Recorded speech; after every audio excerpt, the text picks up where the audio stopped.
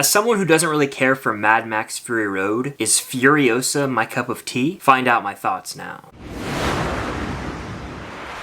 What's going on, guys? I'm Chris and welcome back to another video. So today I've got my review of Furiosa, a Mad Max Saga, which is a prequel to Mad Max Fury Road. The film hits theaters this Friday and these are my honest thoughts on the movie. But before I dive into this review, be sure to hit that like button and comment down below your thoughts on this film if you've seen it as of watching this video, as well as your predictions and expectations if you haven't yet watched it. Subscribe and hit that notification bell to help reach my goal of 150,000 subscribers here on the channel. It means a lot. And if you want to watch movies and TV shows with me, you can actually do so on my Patreon. My commentary tracks for all of Stranger Things are out. Working my way through Cobra Kai. I've got some movie commentary tracks. I have lots of fun with the content over there, and for $5 a month, you guys can make a huge impact on my content creation journey. So consider becoming a Film Stock patron today. So quick backstory for me and my relationship with Mad Max. I've only seen Fury Road, which is probably blasphemous to a lot of you. I've never watched the Mel Gibson films. Mad Max Fury Road is a very highly praised film, and I've seen it a handful of times, and for whatever reason I could just never connect with it.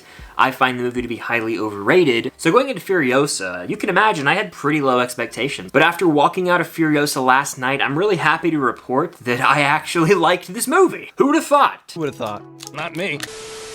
I'll start with my pros for Furiosa. The most notable being, this movie puts a huge emphasis on characters. In fact, nearly the whole first hour of this movie was devoted to fleshing out Furiosa's backstory and letting us see her at a young age so that we could really understand her later on in the film when Anya Taylor-Joy would enter the picture. This really allowed for me to get fully on board with the story from the jump because we're seeing this character from such a young age. We're seeing her mom in the picture, her homeland in the picture, and what she's willing to do to protect this secret that is where she's from. Opening the movie with a young Furiosa was a really clever move in my opinion because, like I said, it allowed for me to get invested with this character from the early on points of her life so that when we see her as Anya Taylor-Joy later on, I was locked in, and then I could even envision post Anya Taylor-Joy when Charlize Theron plays the role in Fury Road, and I'm able to almost have a new appreciation of the character there as well. This movie gives us a clear reason to root for Furiosa from the jump, which made it so much easier to enjoy this movie and feel emotionally connected to the character of Furiosa. Of course, Anya Taylor-Joy plays Furiosa when she's all grown up in this movie,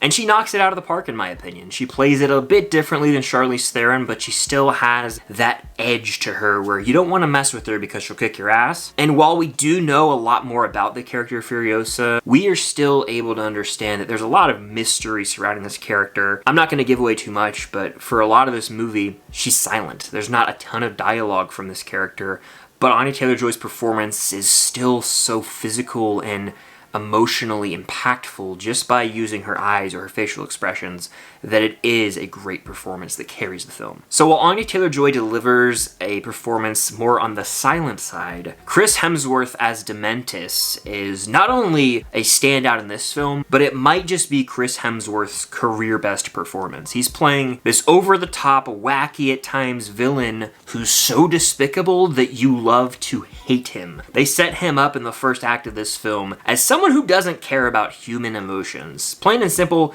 he doesn't give a rat's ass who you are. You could be one of his own crew members. He doesn't value your life. You could be a young child. He doesn't value your life. He only cares about himself. He's also not always the sharpest tool in the shed. But yeah, Dementis makes for a villain who you honestly want to jump through the screen and slap across the face a couple times in this movie. And that's just such a sign of a villain done right. Someone who you physically cannot stand watching on screen, and Dementis is that. Now, while Fury Road is essentially non-stop action for 2 hours, Furiosa is much more centered on the plot and characters, yet it's still able to integrate some incredible action sequences. Two in particular really stand out to me. I don't want to reveal the details of them too much, but if you're a fan of Fury Road, there is one action scene in particular that feels like it's ripped straight from it in a way, and then there's another later in the film that was just so riveting. Furiosa is a story that's fueled by vengeance. There's characters playing the long game. It also paints the picture of corrupt leaders in this society across the board, from Dementis to someone like a Morton Joe. Like, this post-apocalyptic world would be hell to live in, as everyone's constantly battling over resources from water to gasoline, and it's messed up, but I feel like you can take a step back and almost view this as a possible future for the world. And it's very scary, dark, and no one wants to really think that way, but I feel like in Furiosa and Fury Road, a future like that is really not far off if a few things go wrong in society. Furiosa is obviously a prequel to Fury Road, and it has just the right amount of nods without being in your face about the fact that it's a prequel. I also have to mention the score. There's a few moments in particular that really stood out to me and added to the thrills and tension of various scenes. So while Furiosa undoubtedly takes its time to set up the characters, create an intriguing plot, and then intersperse some enthralling action sequences, I still have some issues with the film, the most glaring to me being the pacing. The movie clocks in at 2.5 hours, and I fear that this movie peaks a bit early. The third act still has some great moments, but I feel like right around the end of Act 2, the movie kind of reached its peak, and then it still had like 30 to 40 minutes of movie left. And that just never really met the quality that I had just watched for the first 2 acts. Still ends on a high note, but when the best scenes from your movie are in the first 2 acts, it can sometimes lead to a bit of an underwhelming third act. In recent live streams and videos, I've stated that I think 2.5-hour movies really have to earn that runtime, and this one sort of did, but I feel like they could have trimmed some fat here. Something that also irked me in this movie was recurring, and it was the fact that a lot of moments would end really abruptly with a fade to black or a fade out. And it frustrated me because it killed tension at times. Like a scene would be heating up and then boom, we would fade to black. And I understand within the structure of the movie, it's sort of chaptered off. I get why they did it, but it's still... I wish that they would have just let scenes play out a bit longer. It felt almost like when you're watching a TV show on a streaming service and 3 or 4 times throughout the episode it'll just fade to black randomly because they don't really know how to end the scene. That's how I felt watching Furiosa, and it just bothered me ever so slightly. It's not like a make or break the movie type thing, it's just something I noticed. And of course, when it comes to Mad Max Fury Road, that movie's a practical effects extravaganza. When it comes to Furiosa, the practical effects on display are still stunning, but there's a lot more CGI, and it's a lot more noticeable at times. Now, I don't think they could have gone about it any other way. There are certain scenes where CGI has to be used, or else you can't really pull it off with practical effects. Like, nothing was particularly distractingly bad. There were just a good amount of times where you could kind of pick out those moments where, like, oh, it's a little shoddy right there. And again, these are sort of trivial things that don't really matter in the grand scheme of things because what you're watching is so badass, you're just invested, but there's a noticeable dip in quality from Fury Road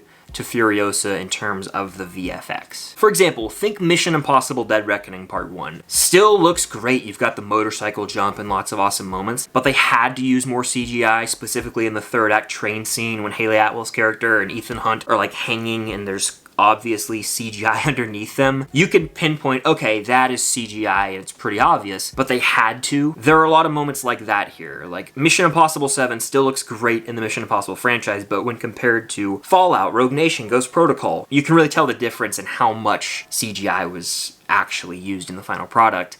And that's the case when you look at Fury Road compared to Furiosa. But ultimately, to me, Furiosa has a stronger story to tell than Mad Max Fury Road. I was more invested in Furiosa because it takes its time to fully develop the characters. They all go on a journey over the course of this film, and everything feels earned. I was rooting actively for Furiosa in this film, and I felt an emotional connection to her that I did not feel when I watched Fury Road. The same can be said for Tom Hardy's Max when I watched Fury Road. There was a bit of an emptiness with those characters, like cool shit was happening on screen, but I was never like genuinely invested or really felt hooked into the story because to me the characters were pretty shallow. That's not the case with Furiosa. There's an established villain who's a wicked man, played by Chris Hemsworth, and you've got Furiosa as this badass, slowly gaining more and more of a prominent role over the course of the film and carrying the movie. Furiosa still maintains those wow factor action sequences that Fury Road has, albeit there's less of them, but I'm totally fine with that because it actually balances the action with a compelling script that sets up these characters really well. It's not like the action is all it has going for it. Now, admittedly, after watching Furiosa, I've come to the realization that I may need to give Fury Road another shot, especially with this new knowledge I've gained of Furiosa's backstory. I will likely be able to appreciate Fury Road much, much more. But as it stands right now, I prefer Furiosa to Mad Max Fury Road by a pretty good margin, and the more I've sat with it, the more it's grown on me. It is a very, very well done prequel. But those are just my honest thoughts on Furiosa, a Mad Max Saga. Let me know yours in the comments down below, and be sure to hit that like button, subscribe, and hit that notification bell to help reach my goal of 150,000 subscribers here on the channel. It will mean a lot. But that'll do it. Thank you guys, as always, for watching, and until next time, I'll see you guys later.